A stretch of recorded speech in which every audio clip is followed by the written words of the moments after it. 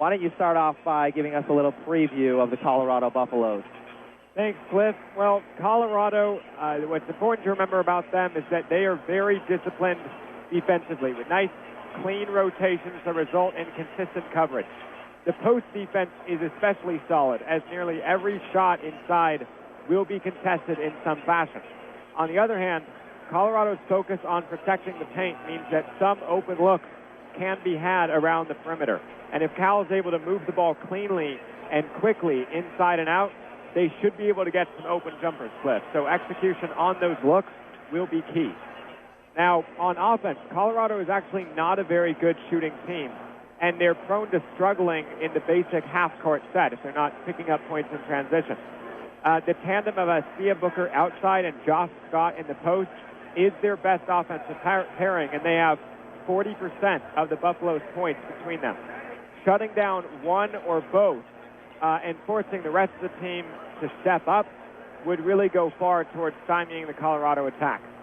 And lastly, one hates to lapse into intangibles here, but, here at home on senior day, playing to try and salvage a season that has faded so fast, you really want to see Cal get out there and play like they want a victory. Try to bring back the hustle and the intensity that we saw in Maui to start the year, during that Oregon road trip early on, during the Arizona game. It is time for this team to play their hearts out, and we'll see if they're mentally prepared to do so. Cobbs has struggled so far, just 1 of 4 from the field. He does have a couple of assists, but Cal does not have enough scores on this team. They really need Cobbs to step it up offensively. They do, and the balance scoring is one thing, but I think there is something to be said for Cobbs looking to take control and make plays, and he hasn't been a huge part of the Cal offense so far. Another facet of this game that thus far is not going Cal's way is the rebounds. We talked about their struggles against Utah and projected that they might even increase against the Buffaloes. Thus far, Cal with just 10 rebounds to Colorado's 18, nearly doubling there, including 6 offensive rebounds, leading to 4 second-chance points for Colorado. So with these trends, especially with Cal now shooting just 39% from the floor, if those two, the out-rebounding and the under 40% continue, Colorado has only lost twice in the last 4 years when those two statistical realities have been the case. So Cal really needs to try to come back from that, and shortly. Cal's going to need some of those other starters, especially to crash the boards. Kravish only with 2 rebounds, Kreklo with 0. They're going to need those 2 forwards to help them out on the defensive rebounding. Yeah, they will, and it is especially tough, as I mentioned at the start of this game, to not have Rooks available. He's a 7-footer. He's a little green, but he is a big body inside. And since he's left, when either Kravish or Solomon needs to take a break, Kyle's only got 1 big man in the post. So that's another reason I think they're finding it difficult to control the paint and control the boards against this aggressive Buffaloes team. Now, Cal can bring it back to within 3 here, but that possession did not look promising. Granted, they're at the free throw line, but there was a lot of standing around, a lot of looking at other players to perhaps get open or make a play, and that's not good for California, as they need to work on crisp ball rotation, a lot of fast movement, and hopefully we'll see more of that down the stretch. Beautiful defense by Solomon, and the rebound and the block. With the ball, finds Bird in the corner. Bird gets it back to Cobbs. Cobbs wants to drive, now gets it to Kravish. Open jump shot, hits it from the corner. And Cal has taken the lead. And this place rises as one to applaud the effort of California as they have come back from 8 down to take a lead in this game, 55-54 with 3:17 to go. Wow.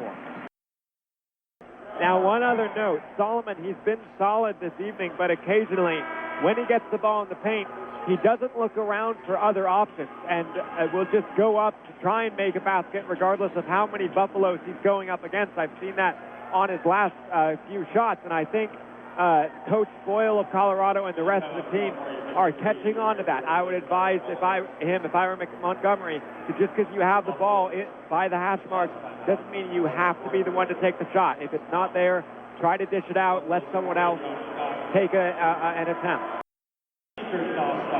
So really a close one there as Justin Cobbs goes over to talk to the officials before being brought back to his bench by a couple California assistant coaches. He's clearly not pleased with the result there. And Cal, who was up 2 with just about 90 seconds to go, now finds themselves down by the same margin with just 40 seconds to go. And honestly, Cliff, this is looking like a bit of a redux of the Utah game when Cal was leading with just about 2 minutes to go. Couldn't put it together. A couple ill-advised shots, a couple poor defensive possessions, and Utah stayed strong down those final minutes, whereas Cal buckled. And what we're seeing right now is possibly a Colorado team that, after surrendering a substantial lead, has now borne down and holds the 2-point lead, as we see with 40 seconds to go, 26 on the shot clock. Cal with the ball. Stellar defense by California, and we are heading to overtime for the first time at Haas Pavilion since Arizona State about a month and a half ago.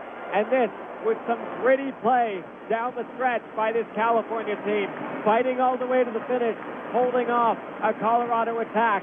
The score after 40 full have been played: Colorado 59, California also 59. At the line, misses, rebounded by Gordon. Gordon to Booker. Booker down the lane. Booker with the wild shot. No good. Cal wins. As the team congregates at center court and Haas Pavilion goes berserk, urged on by David Kravitz, Cal has finished the year with a huge victory over the visiting Colorado Buffaloes. The final score: California 66, Colorado 65.